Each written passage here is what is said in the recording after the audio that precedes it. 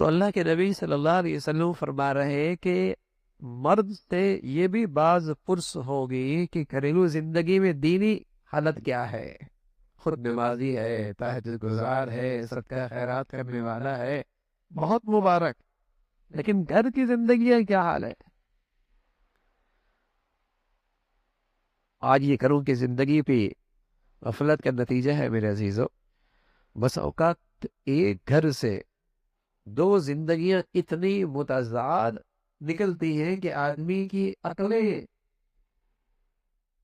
حیران ہو جاتی ہے، کیا یہ دونوں زندگیاں ایک گھر میں رہتی ہے؟ باپ کا رخ کچھ اور ہے، بیٹا کا رنگ ہی کچھ اور ہے۔ اماں کی زندگی کیسی حیا والی ہے، بیٹی کا لباس ہی کچھ اور ہے۔ ایک ہی گھر سے دو زندگیاں اتنی متضاد نکلتی ہیں، حیرانگی ہوتی ہے دونوں ایک گھر میں رہتے ہیں، اتنا فرق آ گیا۔ اور یہ فاصلے کیوں بڑھ گئے؟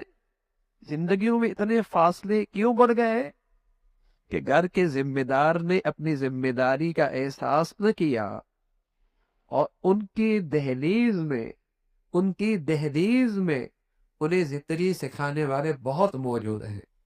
نیٹ موجود ہے، فیس بک موجود ہے، ہاں، یہ تیز رفتار میڈیا، ہاں، یہ ایک زندگی سکھا رہا ہوتا ہے۔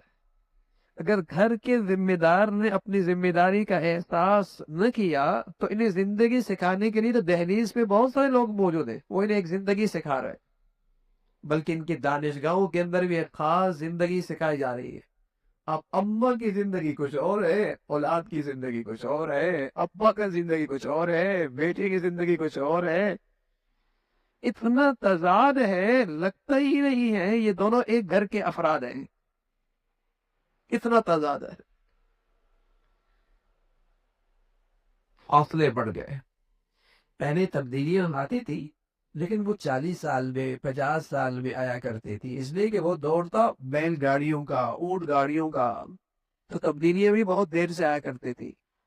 اب رفتار سواری کی راکٹ ہے، جہاز ہے، ہوا کے دوش پہ سفر ہوتے ہیں، تو آنے والے فتنے، آنے والی تبدیلیاں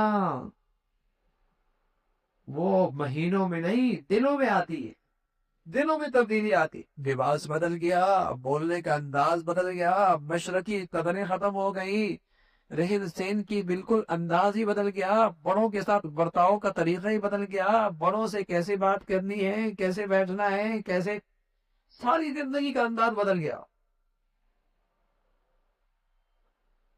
تو رسول اللہ صلی اللہ علیہ وسلم فرما رہا ہے گھروں کے اندر نیکی کو فروغ دو، اور گھر کے ذمہ دار کی ذمہ داری ہے، اور ان سے یہ بارے میں پوچھ ہوگی۔